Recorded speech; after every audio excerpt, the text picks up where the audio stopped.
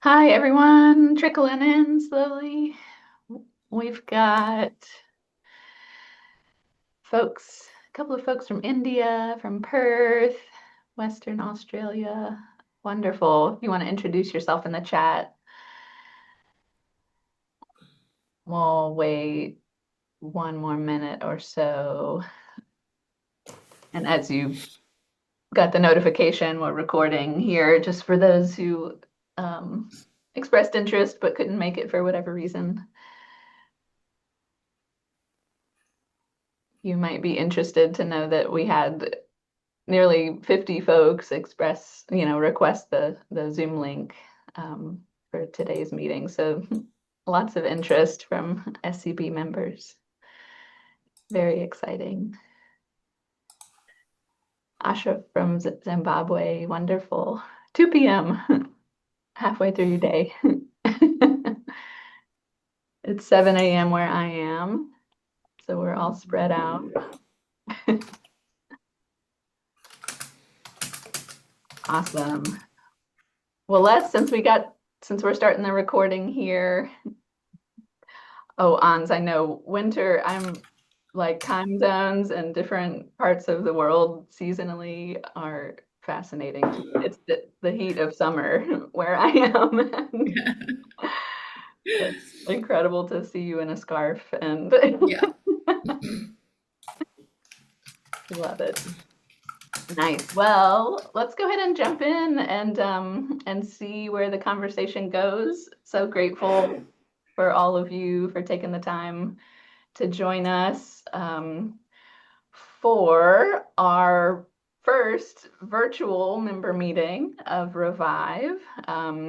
Not the very first gathering, since we had some conversations at the most recent SCB in Australia, but but we are definitely excited to be kicking all of this off.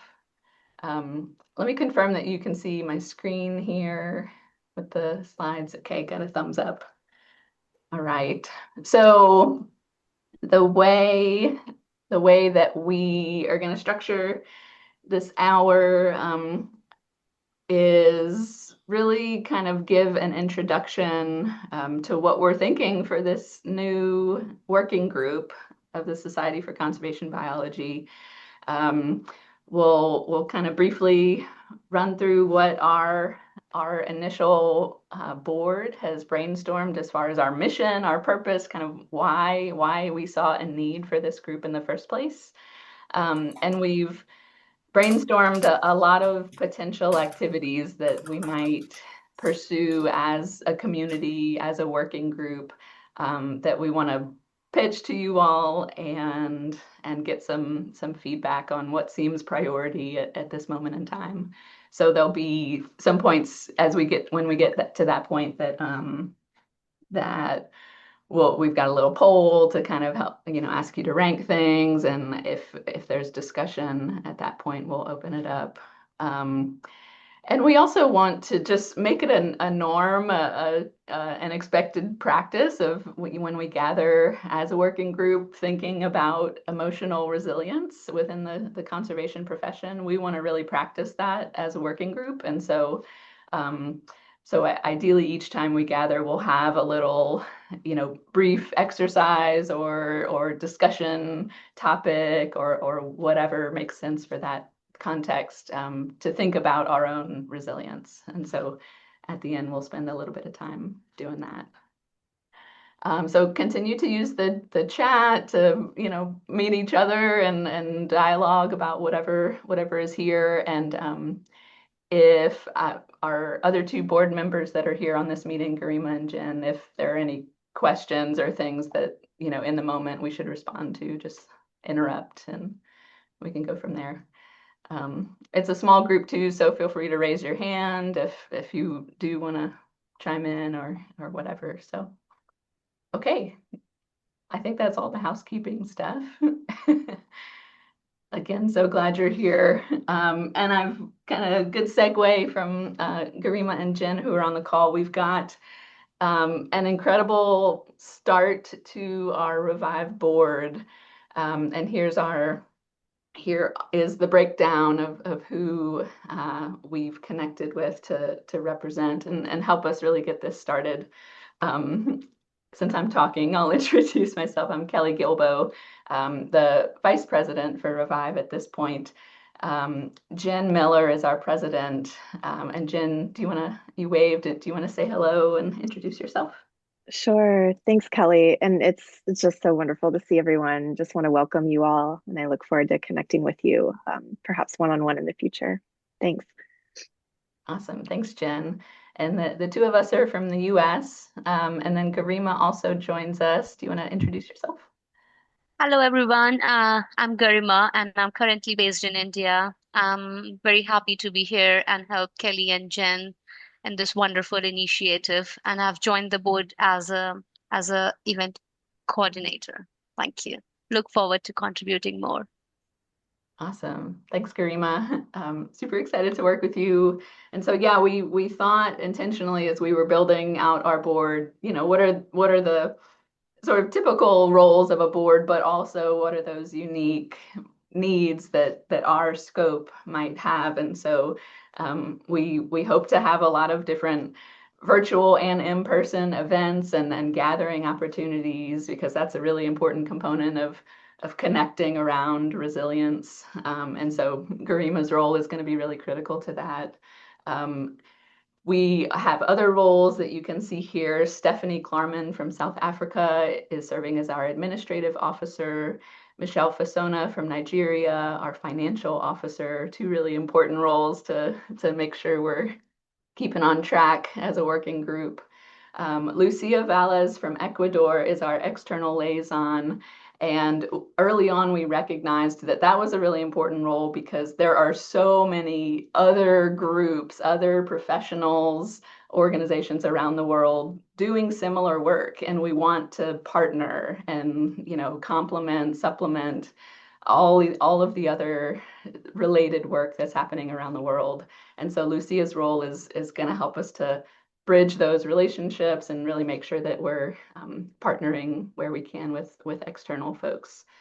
And our latest board member, Kate Clemens, also from the US, is a member at large. We're going to have 3 roles, so there's still 2 open positions on the board for members to a board member that really represents our broader membership and maybe focuses in on kind of some ad hoc specific projects as they come up.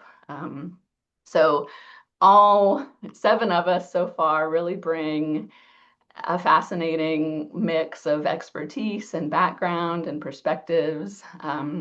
We're being as intentional as possible to get a broad global perspective in this work to make sure that it's representative and accessible to all of our membership.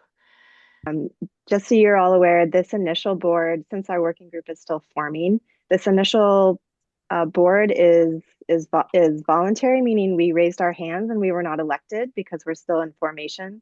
So we're looking for, like Kelly said, 2 more folks to express interest in helping us form this working group.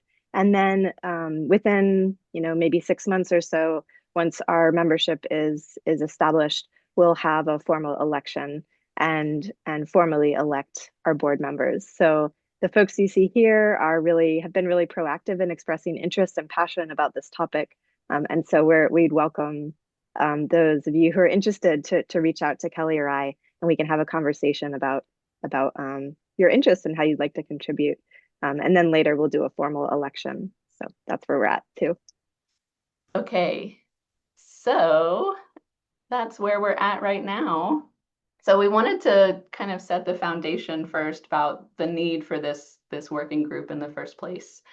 First of all, our membership so far, folks that have joined the working group officially or are thinking about it, are coming from all kinds of professional roles in the conservation profession, experiences with things like eco emotions and these other emotional concepts that have been coming up more recently in the literature and things like that. And so we recognize that there's just such a variety of how folks are coming to this conversation.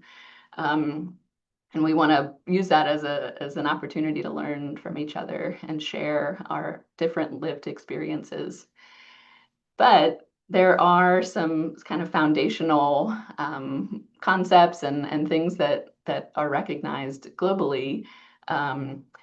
More and more scientific bodies and professional associations are recognizing the presence and the reality of the work that we do as conservation professionals often lends itself to experiencing different emotional responses, eco-anxiety, eco-grief, climate grief, climate anxiety, if the things that you work on are impacted by climate change and the biodiversity crisis.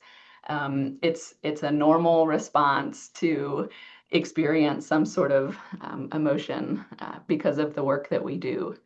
There are other interesting terminology and concepts that are being suggested, like on the left here, an idea called solastalgia.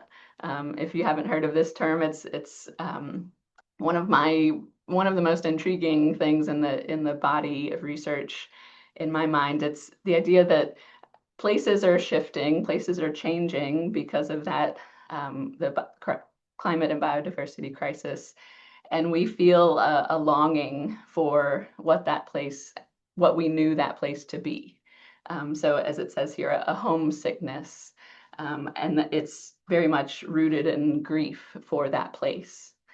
And as you're all very much aware, we don't often have spaces to express these emotional responses. More and more, there's writings, stories being told, research being done. This is just a small handful of the many papers that are being written about this new dynamic within our profession. So it's very much a need for global institutions like the Society for Conservation Biology to really name this need and explicitly support the needs of its members. And very more so, that support is being recognized and thought through. These are just two papers that actually were written by some members of SCB. And so we wanted to highlight them as examples of there are tons of incredible thought leaders and organizations thinking about what does it mean to have better mental health and well-being and emotional resilience within our workplace, within the conservation profession. And so we want to really lift up these examples of where that great work is happening, and spread the love among our membership and really build those skills as we go. And so this is just, to put a fine point on it, one of those papers that was just being shown points out more than 25% of conservation professionals internationally feel psychological distress just from simply doing our jobs.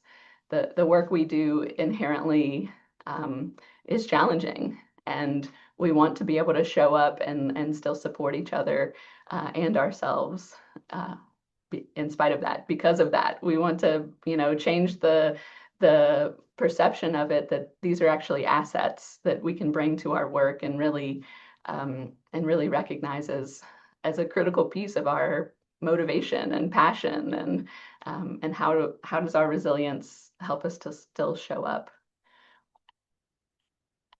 So you might recognize some of this in your own work.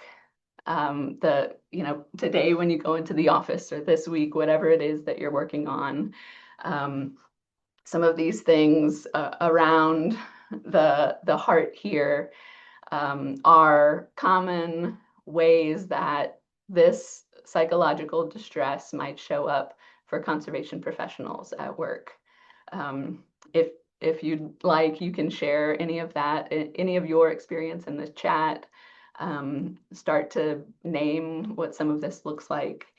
But there might be moments where we question our passion.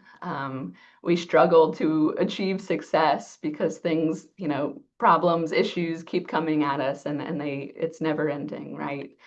Lack of connection with partners around the world as funding is drawn and capacity gets less and less, right? All of these things just pile on top of each other.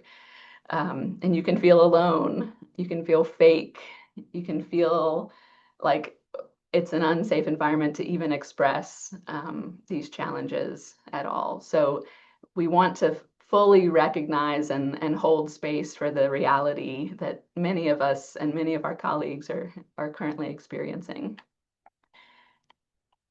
At the same time, there are so many opportunities to name this and address this phenomenon. And there are more and more evidence-based practices that demonstrate that this small handful of kind of solutions and strategies on the screen now really do help to address and combat and relieve some of that distress that we might be experiencing. So definitely community, building networks, connecting with others is a huge component of this. And so that's why forming a working group and creating spaces where we can connect with each other seemed critical. And ultimately, so that we can feel authentic at work, fuel our passion, maintain perspective about the work we do, and big picture, continue to achieve our conservation goals. So there is hope, right? And this is one of many spaces where we want to really dig into that and build that together. And so Revive is here to help us do that. This working group is very much going to be co-built by all of us and all of our membership and kind of SCB at large, the conservation community at large. Really, there's we have our scope, but within that there are so many opportunities.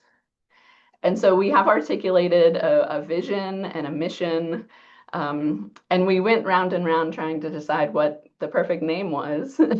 And, we landed on Revive. And you can see sort of how some of those definitions of this word revive do really lend themselves to recognizing some of the challenges that we face, but that there is an opportunity to restore and renew. And Revive just seemed like a good way to capture that. So our vision for the working group is to form, to create, to be in an inspired, emotionally resilient conservation community where well-being is valued and nourished as a foundational part of our work to protect and restore our planet's biodiversity and ecosystems. So really ultimately shifting our culture as a profession. That's our big vision that we want to work towards. And our mission, more specifically, is to, as we've said, support you all and our colleagues, conservationists, in navigating those emotional responses that arise when working on the issues that we work on. So that's where we're going. That's where we're headed. I hope that it resonates with you in any way. And I think at this point, we'll dig in a little deeper to our timeline so far. So we, as mentioned, we're really just getting started. In January of this year, so 7 months ago, we officially formed. We applied for provisional status, which is, you don't need to know the kind of inside language of SCB working groups, but there are a few different steps that we need to go through as a working group to become officially official. So we have applied for provisional status, formed our board, and we've got 3 here today. In June, we were ready. We created all kinds of, hopefully you've seen our website and some of the materials, and we'll continue to design those and refine them. But with those materials, we really started to welcome new members and kind of promote the opportunity. As many of you know, ICCB was in June in Australia, and Jen and Michelle and Stephanie, members of our board, were there and had a couple of events related to this. Jen, if you want to kind of give a quick recap of those events, that would be great. Yeah, so we gave a lunchtime workshop, which was focused on well-being and resilience, where we practiced and talked about some of these same issues and practiced some resilience techniques. We had about 80 people attend that. We also then had a Revive launch event, or our very first in-person members meeting, very similar to this meeting we're having today. And we had a good turnout. We had about 15, 20 people show up, had some good discussion and feedback about our activities moving forward. And I think the meeting just reaffirmed that this working group has a place in the SCB community and beyond even. So we do see a vision that the events and programming that we provide can serve the broader public, but just be organized, by SCB members here.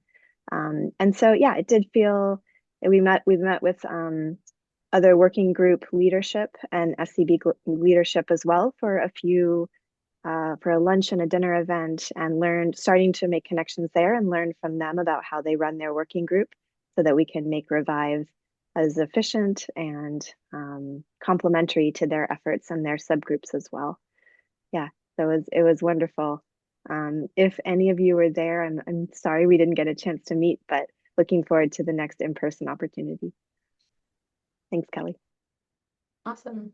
Thanks, Jen.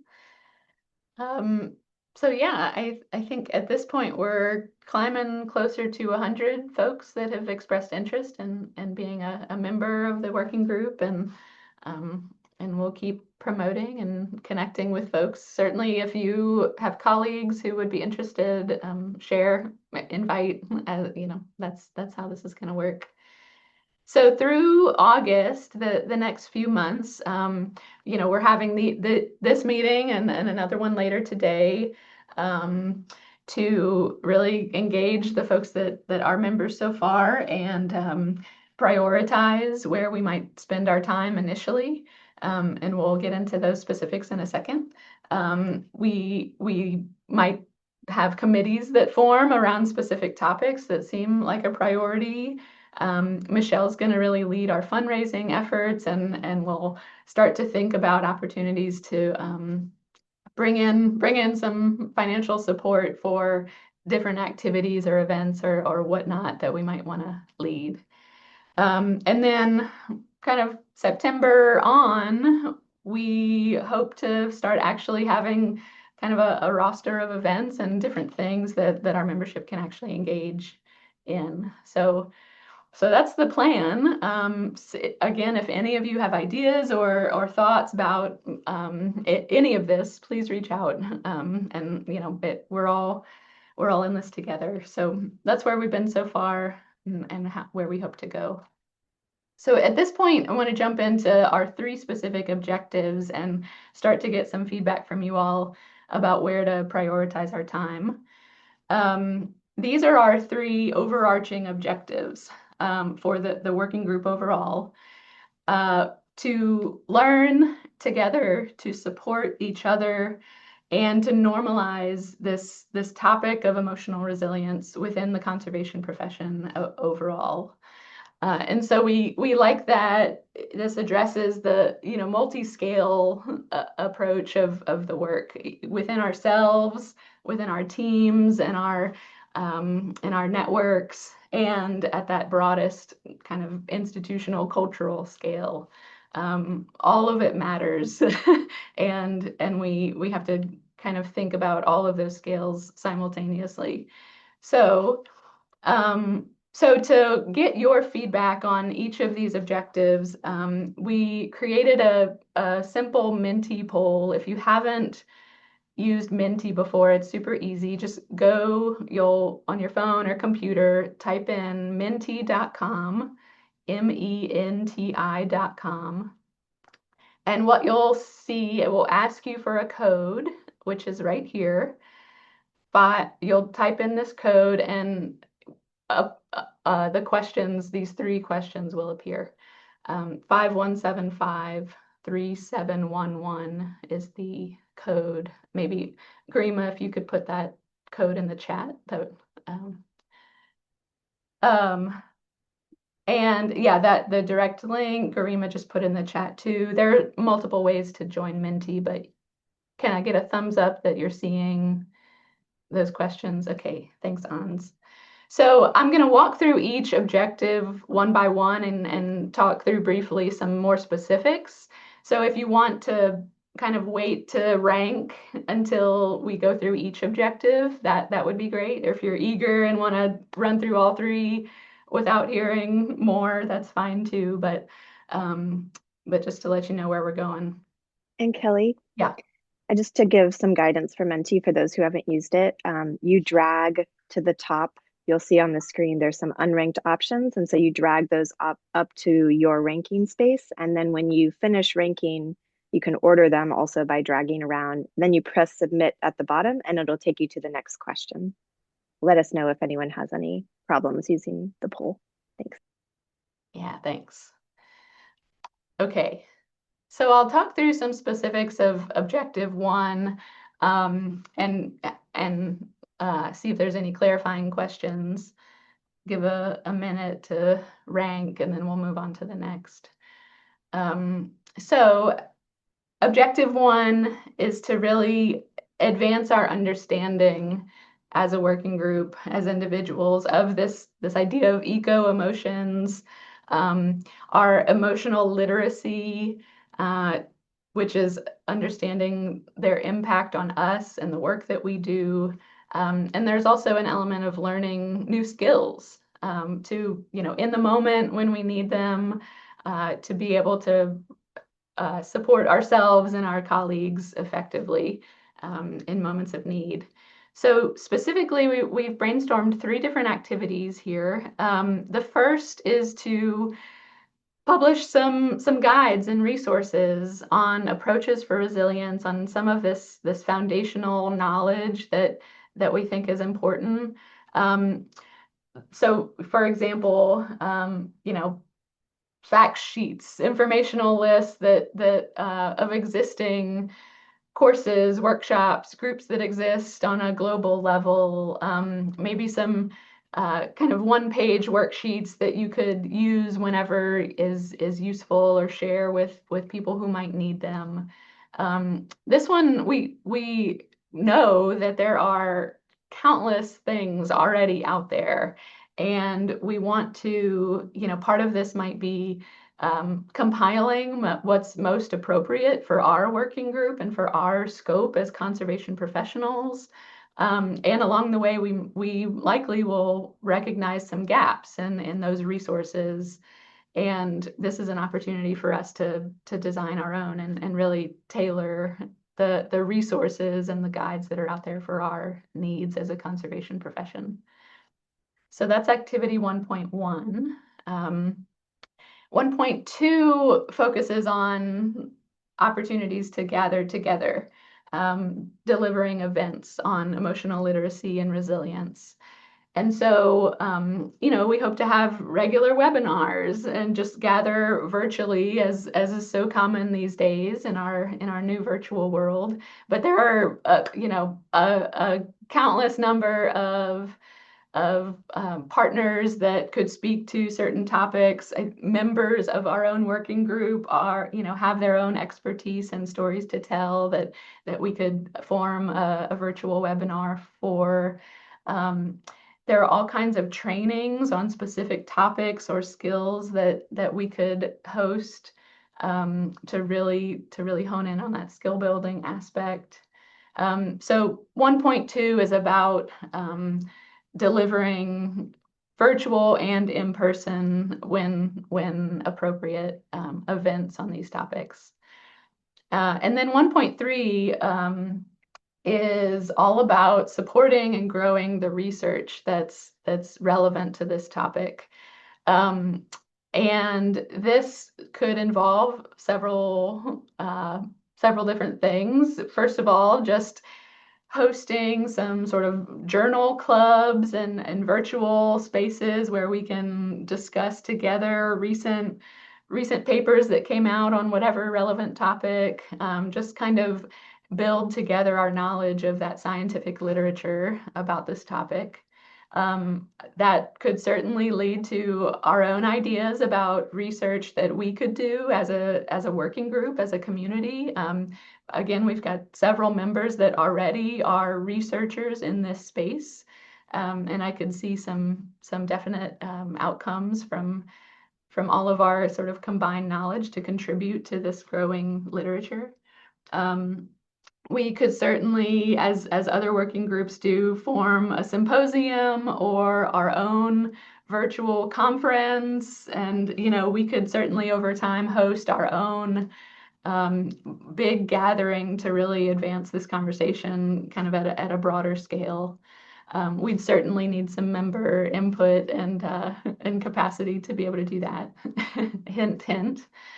And then finally, we want to be able to support research grants and the teams that are actually doing those research efforts. Maybe we can figure out some sort of funding mechanism to provide some support for research on the ground related to that. So hopefully that kind of broadly objective one helps to paint a picture of the opportunities here to really advance our understanding of eco-emotions and emotional resilience. Any clarifying questions or anything before we move on to the second objective?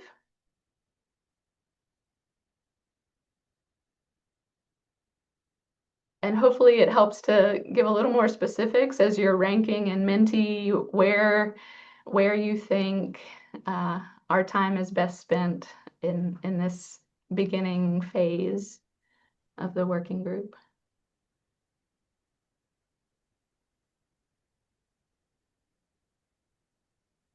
All right. Thank you, Asha. I'll move to objective 2, which is more about creating spaces for us to connect together and build our support as a working group and community. Activity 2.1 really focuses on making sure that our membership and the conservation community as a whole has access to appropriate mental health support. We recognize that there are very much limits to what we as colleagues can provide to each other, and that there may be points where someone should engage a mental health professional for support. And so we want to make sure that our membership has access to who those people are in their area of the world.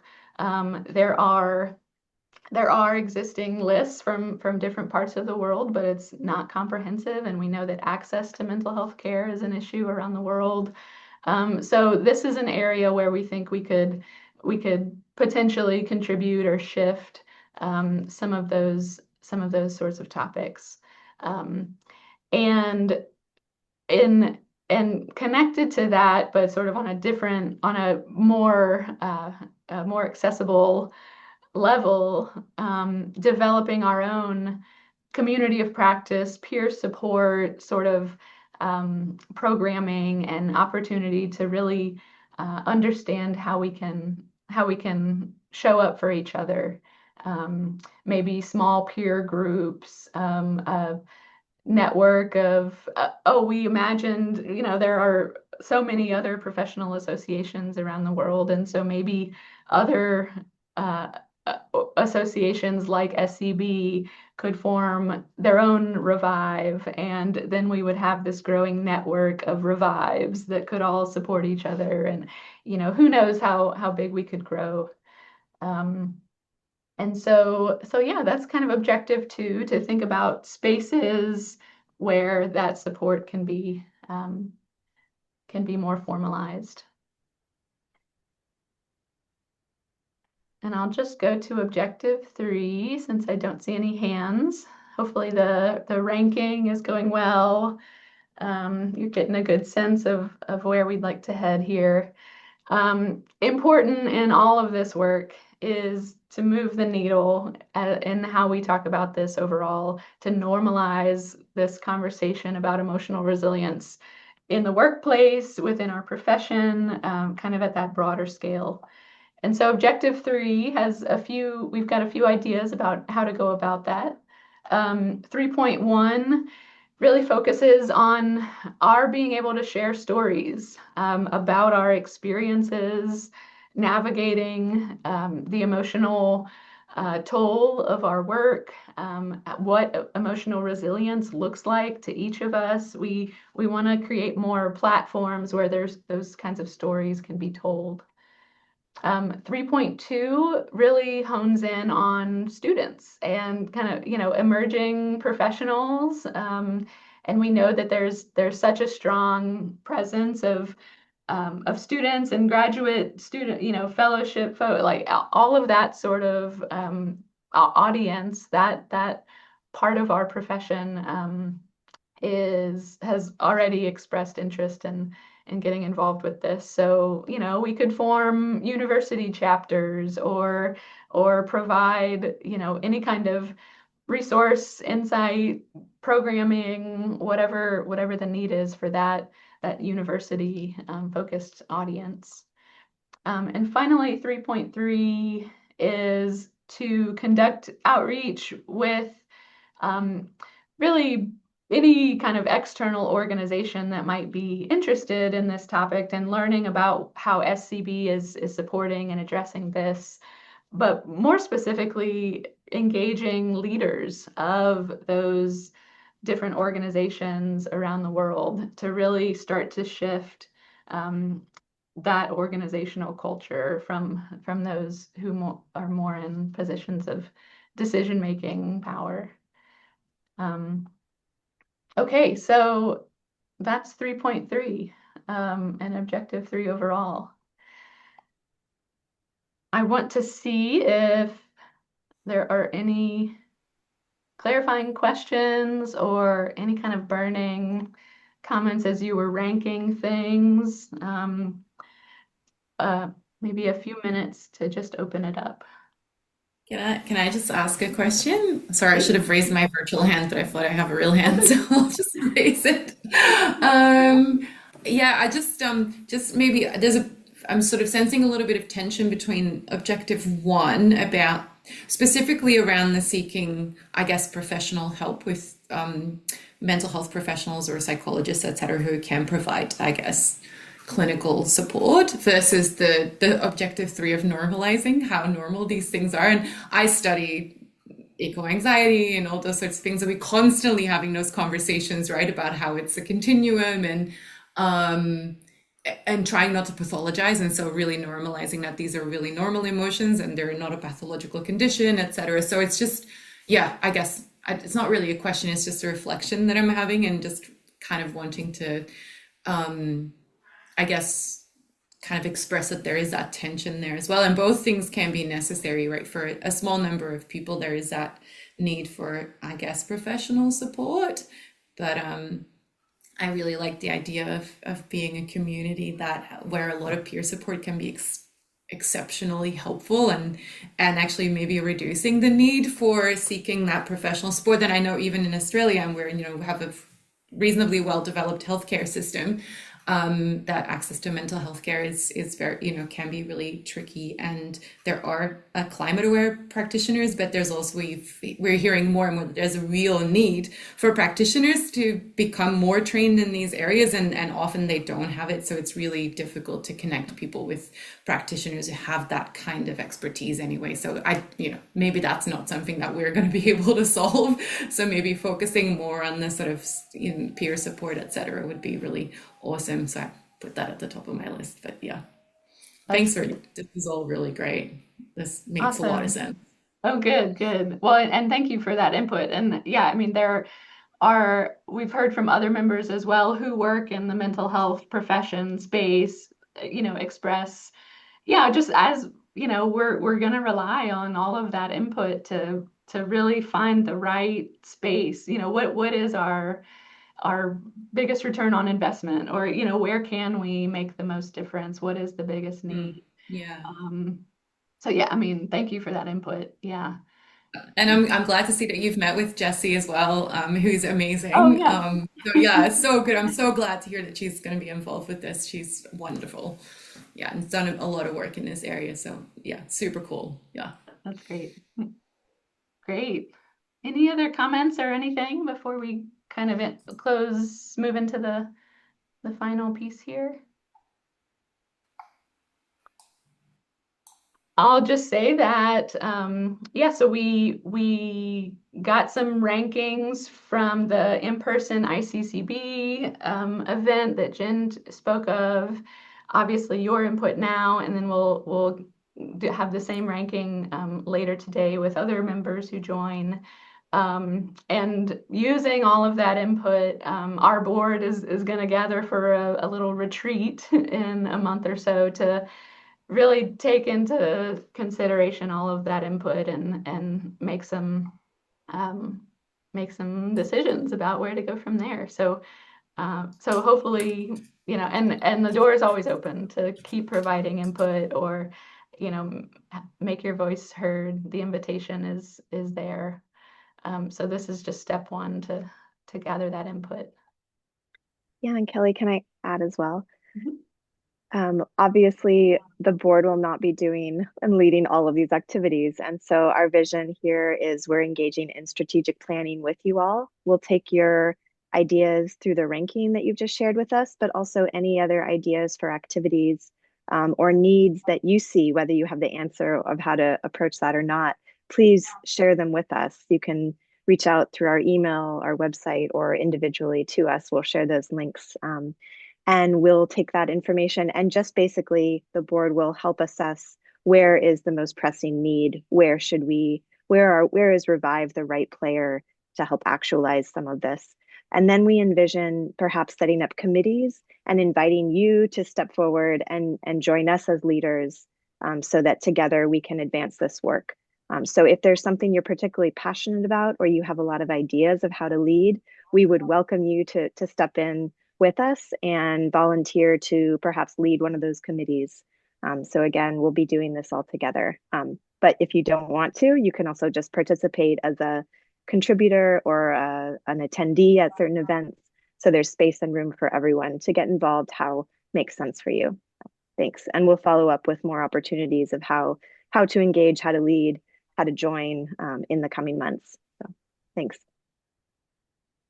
Awesome. Hi, Jen. Go ahead, Yeah, Simon. yes, I'm wondering whether we can have access to your presentation because some of us are coming in for the first time and we cannot just grab everything together now.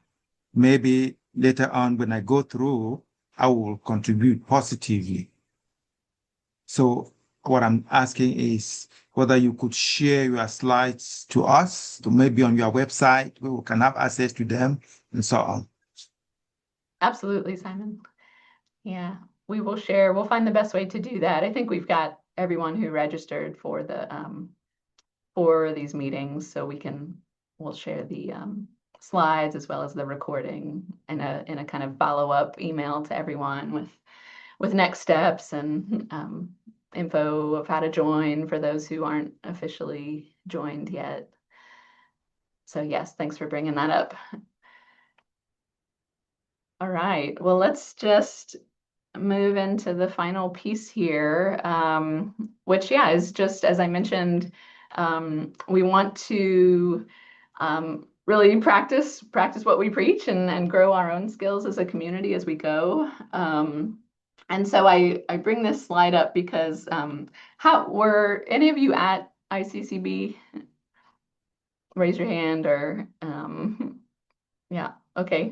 Well, great. We at ICCB wanted to kind of have this a similar practice for those that we met in person during that event. So we created these little cards, kind of business card size with these 5 reflection prompts to encourage during the conference and certainly after when in a moment of need or anything like that, these could be guiding a little bit of guidance just in that moment, how to build resilience in a particular moment. And so walking through, where is there a sensation in your body where this emotional experience might be surfacing? What might be the emotion connected to those sensations? Tapping into the community aspect, that connection piece of this work. Is there anyone you could talk or connect with about the experience you're having? Connecting with nature in that moment. And then recognizing, doing some some introspection. Are there other things that you're needing to support yourself in that moment? Maybe you're just hungry, right? But so we wanted to, just kind of at that conference, give this broad overview, kind of takeaway resource of some basics that we all can do in a moment where we might need to build a little resilience. And so I wanted to hone in on this second bullet here of naming an emotion that might be surfacing, when you're feeling a certain sensation or something's coming up for you, and our ability to name a certain emotion or series of emotions that's coming up is often referred to as emotion granularity. The idea that we all are able to put a very particular word, emotion name, on the thing that's coming up for us. And your ability to accurately and precisely determine what that exact emotion is a solid way to build up that resilience. Essentially, what's happening in your brain at the moment of that experience is the better able you are to recognize that particular emotion, the quicker and more easily your body will be able to effectively respond to the need that emotion brings. And so the finer word that you can find to name that emotion, the more granular you're able to be, that improves your emotional regulation, brings enhanced resilience in that moment. Obviously, you're a little more self-aware and able to communicate more specifically to the group of people you're with or whoever, what's happening with you in that moment. And so I want to acknowledge this resource that exists that maybe some of you have seen. But this is an example of, one of the many, many resources that are out there that have been really foundational in one, advancing this idea of emotion granularity, our ability to really specifically name what's happening for us. And this particular resource, the Climate Emotion Wheel, is based on some literature that explored common emotions that surface when folks are thinking about climate change or working in the climate change space. And so that research has contributed to what you see on the screen here. I will say that, so if you go to the website where this is formed, the Climate Mental Health Network, also one of those external partners for sure in this work. If you scroll down, this wheel is translated into so many languages around the world, and it's been vetted, and in some cases, the language slightly shifted to reflect some of those cultural and language differences around the world. Some of the concepts on the wheel might show up differently in different places of the world, and so they've tailored that to represent that local need. And so, here it's okay. Today, I'm feeling angry. Okay, well, that's great for me to recognize. And if I wanted to be a little more granular and specific with what's coming up for me, I could look at this outer edge, right? Actually, I'm feeling pretty disappointed with this recent decision that was made in my workplace. And so I might, I can say that I'm angry, or I can more specifically identify that I'm disappointed. And by being more specific in that way, I can more effectively respond to that need. And that's going to help me build resilience in the long run. So yeah, I would just, in our last few minutes, invite, in the chat, or if anyone wants to chime in, how are you seeing your ability to specifically name emotions that come up for you at work? Let's put it in that context. Do you, sometimes I struggle to find the exact right word. And I get kind of caught up in finding the right word. And it's not about that. It's about being able to really recognize specifically what's going on for me. So how does this show up for any of you?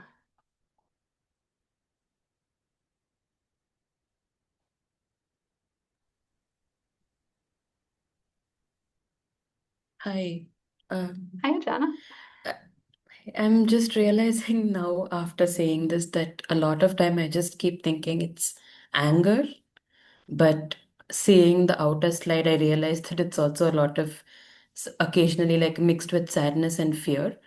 But for me, I just kept thinking it's always anger. So this is the first time I'm coming across this emotions wheel and granularity.